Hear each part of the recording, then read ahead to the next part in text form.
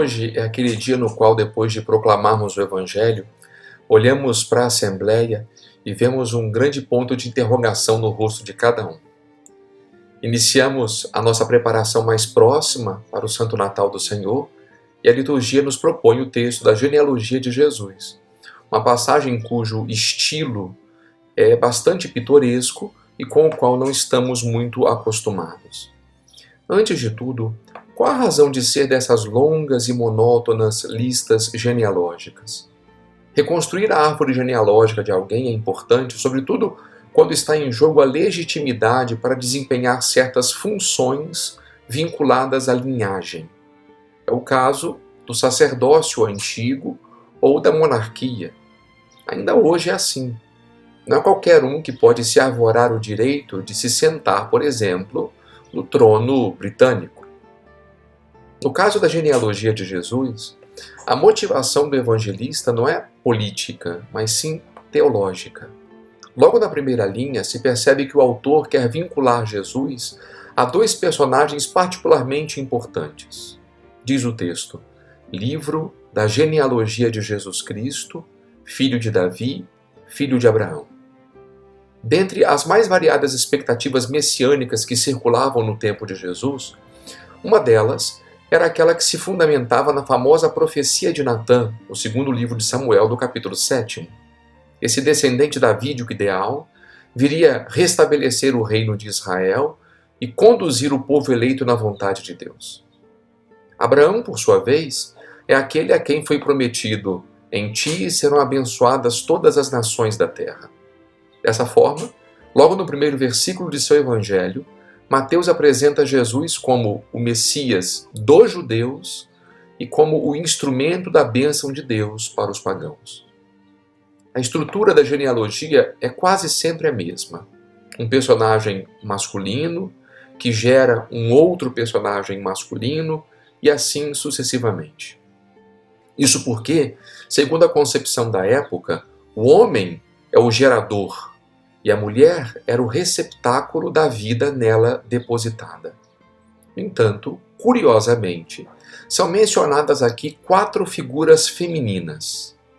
É bom notar que não se tratam das grandes matriarcas de Israel, como Raquel ou Sara. Tratam-se de Tamar, Ruth, Raab e a mulher de Urias, Betsabeia. Os autores formularam inúmeras teorias para explicar esses nomes. São Jerônimo, por exemplo, afirmava que elas eram consideradas pecadoras, e isso indicava a solidariedade de Jesus com os pecadores em geral e a salvação trazida especialmente para eles. Ainda que se possa falar isso de Raabe, que era uma prostituta, ou de Betsabeia, que era uma adúltera, a tradição judaica nunca apresentou Ruth ou Tamar dessa forma. Mesmo Raabe era vista, no tempo de Jesus, como uma penitente.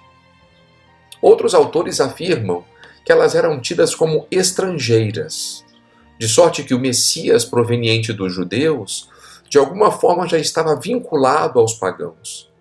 Ruth era de fato moabita, e Raabe provavelmente era cananeia. Betsabeia, mulher do hitita Urias, talvez fosse hitita, mas isso não é afirmado com todas as letras. E de Tamar também não se pode falar com exatidão que fosse cananeia. Outros autores, por fim, afirmam que essas mulheres têm algo de irregular na sua situação. Tamar era viúva e se disfarça de prostituta para conceber de Judá, pai de seu marido defunto. Raabe era uma prostituta. Ruth era também uma viúva, mas concebeu de Booz porque o outro parente mais próximo, que tinha o direito de assumi-la como esposa, não quis fazê-lo. Por fim, Betsabeia era casada com Urias, quando se deitou com Davi e ficou grávida dele. Entretanto, mesmo essa teoria possui suas dificuldades, pois o autor se cala completamente sobre qualquer irregularidade vinculada a essas mulheres.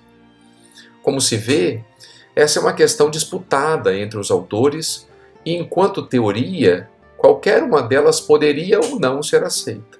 De qualquer forma, independentemente da hipótese, O autor menciona essas mulheres porque, através delas, Deus assegurou descendência a Judá e a sua tribo, da qual nasceu Davi, a quem foi feita a promessa de um futuro herdeiro. No final, a genealogia sofre uma ruptura muito especial. Diz o texto: Eliúde gerou Eleazar, Eleazar gerou Matã, Matã gerou Jacó, Jacó gerou José, o esposo de Maria, da qual nasceu Jesus, que é chamado Cristo. Como se vê, o autor não diz que José gerou Jesus, como se esperaria. Ao contrário, ele afirma que José é o esposo de Maria, da qual nasceu Jesus, indicando assim a concepção virginal de Nosso Senhor.